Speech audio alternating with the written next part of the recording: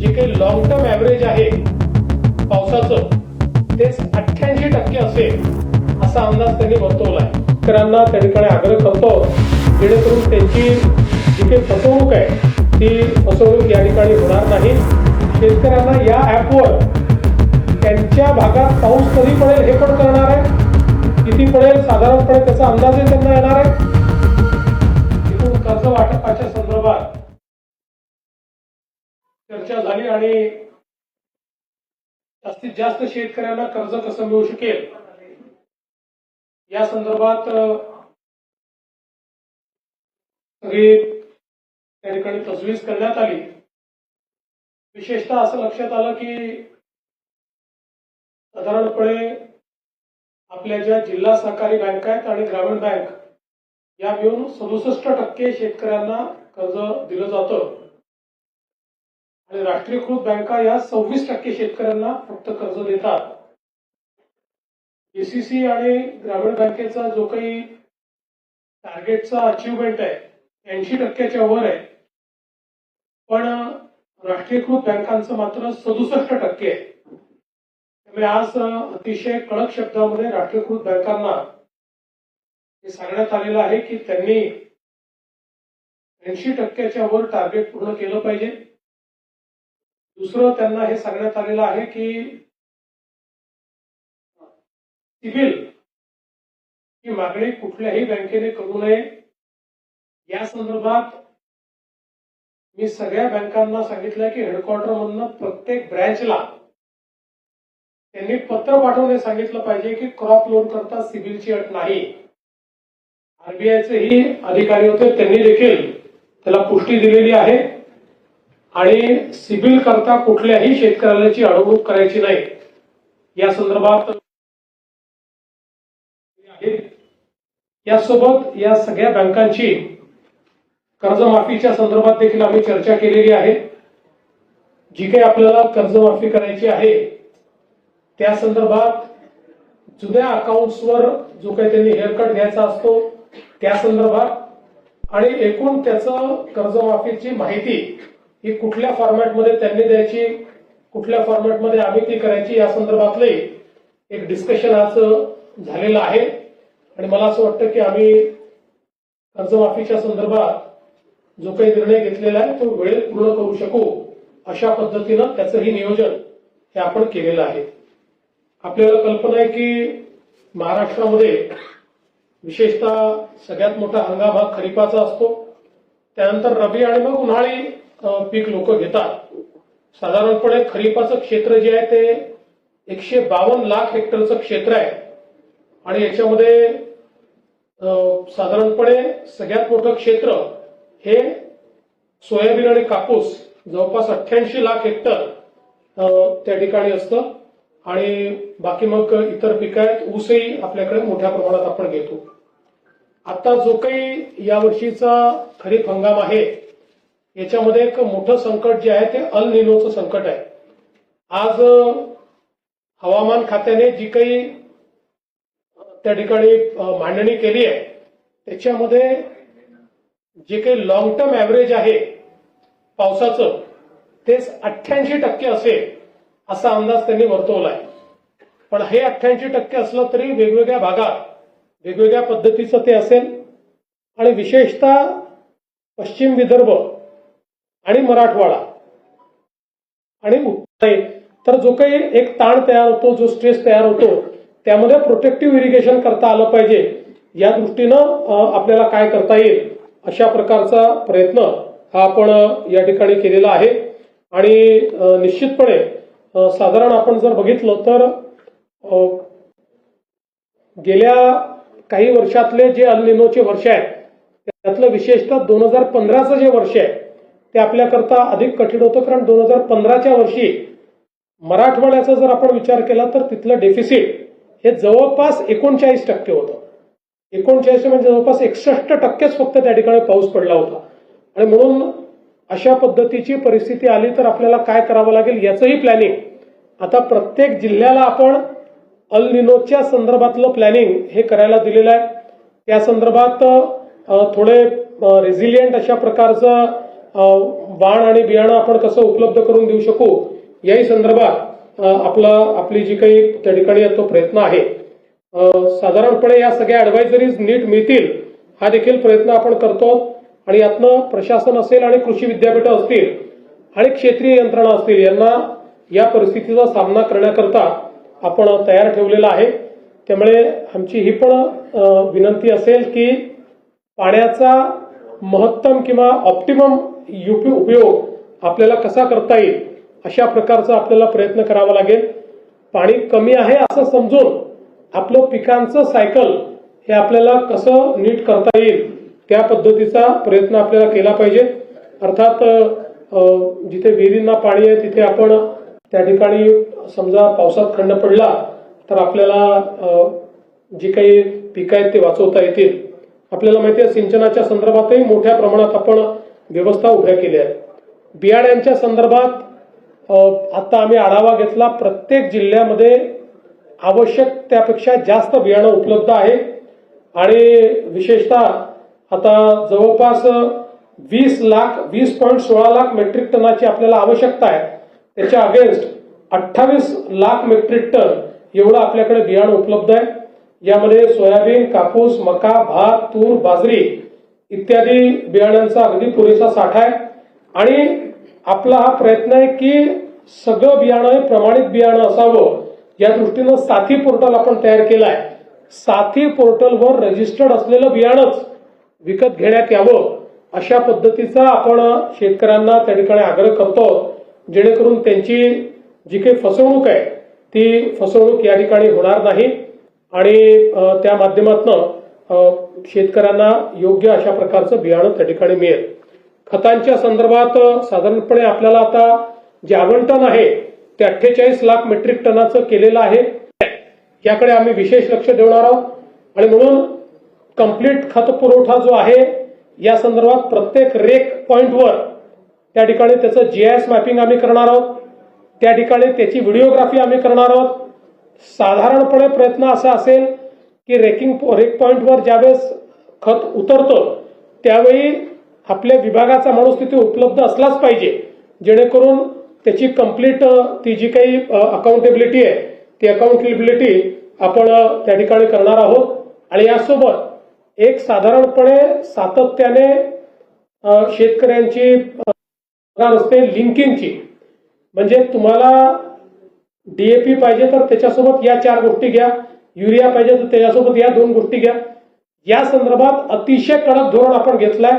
त्यातला GR आपल्या कृषी मंत्र्यांनी यापूर्वीच काढलेला आहे आणि यावेळेस रेकॉर्ड अशा पद्धतीनं आपण कारवाई केलेल्या आहेत आणि जवळपास 400 पेक्षा जास्त आपण लायसन्सेस रद्द केलेले आहेत किंवा सस्पेंड केलेले आहेत. त्यामुळे कुठेही लिंकिंगची तक्रार आली तर त्याच्यावर सस्पेन्शनची कारवाई जी आहे ती कारवाई आपण निश्चितपणे या ठिकाणी करणार आहोत. यासोबत बनावट बियाणं, खते आणि कीटकनाशक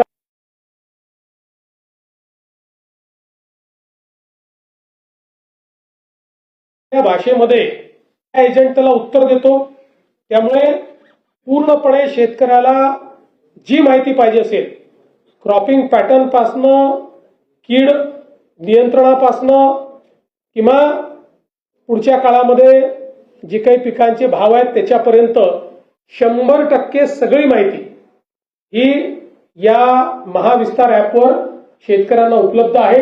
आणि आपण कॉलिंगची सिस्टीम आहे, म्हणजे आता आपण शेतकऱ्यांना या ॲपवर त्यांच्या भागात पाऊस कधी पडेल हे पण करणार आहे, किती पडेल साधारणपणे त्याचा अंदाजही त्यांना येणार आहे आणि या संदर्भात एक कॉलिंगची व्यवस्था पण आपण करतो की जो कॉल देखील त्यांना जाणार आहे. आणि साधारणपणे AI आधारित कॉल असला तर या इंटरॅक्टिव्ह कॉल असेल. हा जो AI एजंट आहे हा स्मार्ट एजंट असल्यामुळे जणू काही आपण त्या बाईशी उत्तर ही या कॉलच्या परिस्थिती उपलब्ध असलाच पाहिजे जेणेकरून त्याची कंप्लीट ती जी काही अकाउंटेबिलिटी आहे ती अकाउंटेबिलिटी आपण त्या ठिकाणी करणार आहोत. आणि यासोबत एक साधारणपणे सातत्याने शेतकऱ्यांची त्या ठिकाणी तक्रार असते लिंकिंगची, म्हणजे तुम्हाला डीएपी पाहिजे तर त्याच्यासोबत या 4 गोष्टी घ्या, युरिया पाहिजे तर त्याच्यासोबत या 2 गोष्टी घ्या. या संदर्भात अतिशय कडक धोरण आपण घेतलंय. त्यातला GR आपल्या कृषी मंत्र्यांनी यापूर्वीच काढलेला आहे आणि यावेळेस रेकॉर्ड अशा पद्धतीनं आपण कारवाई केलेल्या आहेत आणि जवळपास 400 पेक्षा जास्त आपण लायसन्सेस रद्द केलेले आहेत किंवा सस्पेंड केलेले आहेत. त्यामुळे कुठेही लिंकिंगची तक्रार आली तर त्याच्यावर सस्पेन्शनची कारवाई जी आहे ती कारवाई आपण निश्चितपणे या ठिकाणी करणार आहोत. यासोबत बनावट बियाणं, खते आणि कीटकनाशकाच्या विरुद्ध बनावट जे आहे त्याच्या विरुद्ध एक मोठी तपासणी मोहीम ही आपण हातामध्ये घेतली आहे. नैसर्गिक आपत्तीची मदत देखील आपण मोठ्या प्रमाणात त्या ठिकाणी दिलेली आहे. आज आपण 4 महत्वाच्या गोष्टी लॉन्च केलेल्या आहेत. यामध्ये महाविस्तार 2.0 हा आपण एक ऍप आज त्याचं लॉन्चिंग केलंय. आपल्याला माहिती आहे की आता 40 लाख लोक महाविस्तार ऍपवर आपले आले आहेत. याचं नवीन व्हर्जन आहे, ज्या व्हर्जनमध्ये एक प्रकारे हा ऍप म्हणजे शेतकऱ्याचा घरचा कृषी तज्ञ, शेतकरी आपल्या भाषेमध्ये त्याच्यावर संदेश पाठवून उत्तर मिळवू शकतो. शेतकरी बोलून आपला AI एजंट त्याला उत्तर देतो. त्यामुळे पूर्णपणे शेतकऱ्याला जी माहिती पाहिजे असेल, क्रॉपिंग पॅटर्न पासनं, कीड नियंत्रणापासनं किंवा पुढच्या काळामध्ये जी काही पिकांचे भाव आहेत त्याच्यापर्यंत 100% सगळी माहिती ही या महाविस्तार ॲपवर शेतकऱ्यांना उपलब्ध आहे. आणि याच्या व्यतिरिक्त आपण कॉलिंगची सिस्टीमही सुरू केलेली आहे. म्हणजे आता आपण शेतकऱ्यांना या ॲपवर त्यांच्या भागात पाऊस कधी पडेल हे पण कळणार आहे, किती पडेल साधारणपणे त्याचा अंदाजही त्यांना येणार आहे. आणि या संदर्भात एक कॉलिंगची व्यवस्था पण आपण करतो की जो कॉल देखील त्यांना जाणार आहे. आणि साधारणपणे AI आधारित कॉल असला तर या इंटरॅक्टिव्ह कॉल असेल, हा जो AI एजंट आहे हा स्मार्ट एजंट असल्यामुळे जणू काही आपण त्या बाईशी किंवा माणसाशीच बोलतोय अशा प्रकारे त्यांना सगळ्या प्रश्नांची उत्तरं ही या कॉलच्या माध्यमातून किंवा या नंबरवर मिळू शकतील अशा प्रकारची व्यवस्था आपण केली आहे. याच्यासोबत क्रॉपसॅप ही देखील एक व्यवस्था आपण केली आहे.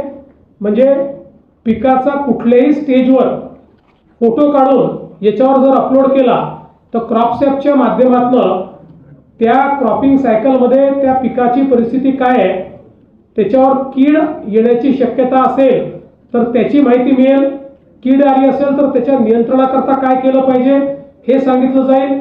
त्या स्टेजला त्याला जर कुठल्या मायक्रोन्यूट्रिएंटची आवश्यकता असेल तर त्याची माहिती दिली जाईल. एका फोटोने ही सगळी माहिती ही शेतकऱ्याला या क्रॉपसॅपच्या माध्यमातून आणि या ॲपच्या माध्यमातून मिळणार आहे. म्हणजे एक प्रकारे शेतकऱ्याला या संपूर्ण प्रक्रियेमध्ये एआयच्या मदतीने आणि सगळी 4 विद्यापीठं याच्याशी जोडलेली आहेत त्या एक्सपर्ट्सच्या मदतीने पाहिजे ती मदत आपण देणार आहोत. त्याचं लॉन्चिंग आपण केलंय. दुसरं आपण या ठिकाणी जो डिजिटल क्रॉप सर्वे DCS केंद्र सरकारने आता DCS ची व्यवस्था केली आहे, त्याचं आपण आज लॉन्चिंग केलेलं आहे. DCS मध्ये आपल्या मोबाईलने आपण आपल्या क्रॉपचा सर्वे जो आहे हा अपलोड करू शकतो. त्याच्यामध्ये ड्रॉपडाऊन मेन्यू आहे. कोणीही साधातल्या साधा शेतकरी तो करू शकतो. आमच्याकडे कोणी तपासणीला आलं नाही हे सांगता येणार नाही. अनेक वेळा कापसाच्या ऐवजी सोयाबीनचा विमा काढला जातो म्हणजे किंवा दुसऱ्याच पिकाचा विमा काढला जातो, असं आता करता येणार नाही. तर याच्यामध्ये कंप्लीट आणि बॅकएंडला आपले जेवढे ॲग्री रेकॉर्ड्स आहेत हे सगळे रेकॉर्ड्स याच्यामध्ये असल्यामुळे एखाद्या व्यक्तीने या ठिकाणी DCSचा उपयोग केला की त्याच्या शेतीच्या माहितीसहित क्रॉपच्या माहितीसहित सगळी माहिती ही आपल्या जसं आपण 7/12 वर नोंद करतो तशी डिजिटल नोंद ही त्याची कंप्लीट त्या ठिकाणी होईल. त्यामुळे ज्या काही पुढे इन्शुरन्समध्ये अडचणी येतात, ज्या गडबडी होतात, या सगळ्या गडबडी याच्या माध्यमातून पूर्णपणे बंद होणार आहे.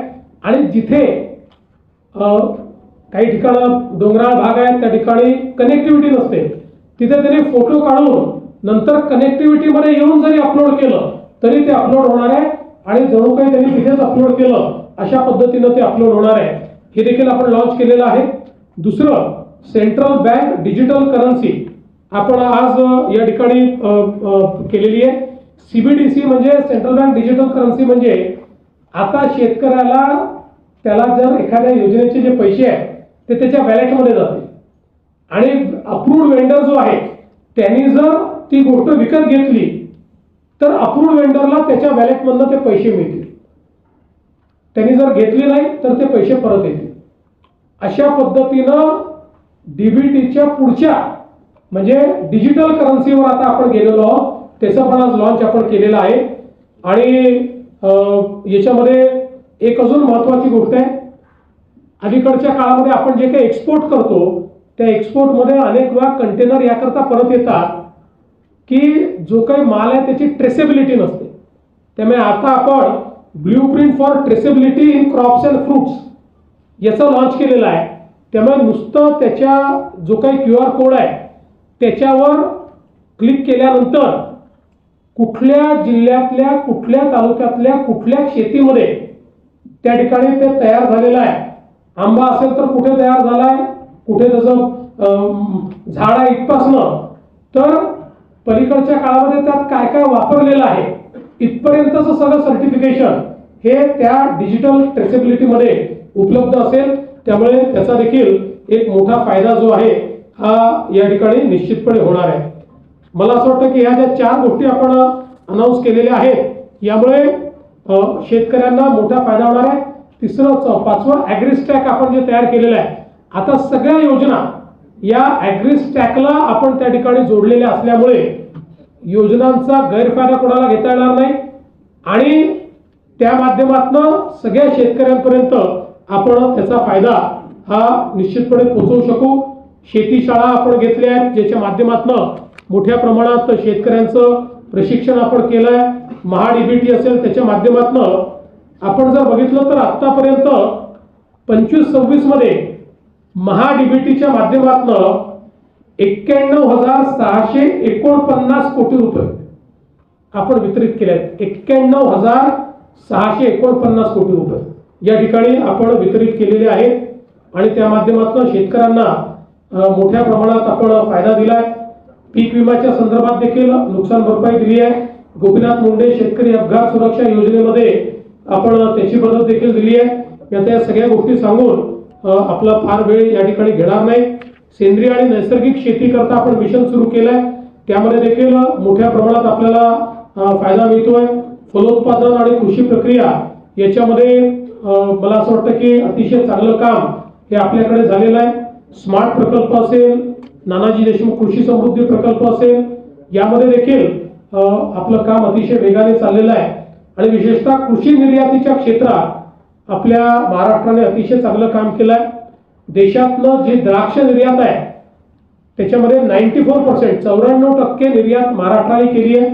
आंब्यामध्ये 73% निर्यात महाराष्ट्राने केली आहे. डाळिंबामध्ये 85% निर्यात ही महाराष्ट्राने केली आहे. केळीमध्ये 86% निर्यात ही महाराष्ट्राने केली आहे. कांद्यामध्ये 85% निर्यात महाराष्ट्राने केली आहे आणि भाजीपाल्यामध्ये 10% निर्यात महाराष्ट्राचा वाटा आहे आणि आंब्याच्या पल्पमध्ये 33% वाटा. अशाच नवनवीन अपडेट्ससाठी डिजिटल कोल्हापूर चॅनेलला सबस्क्राईब करायला विसरू नका.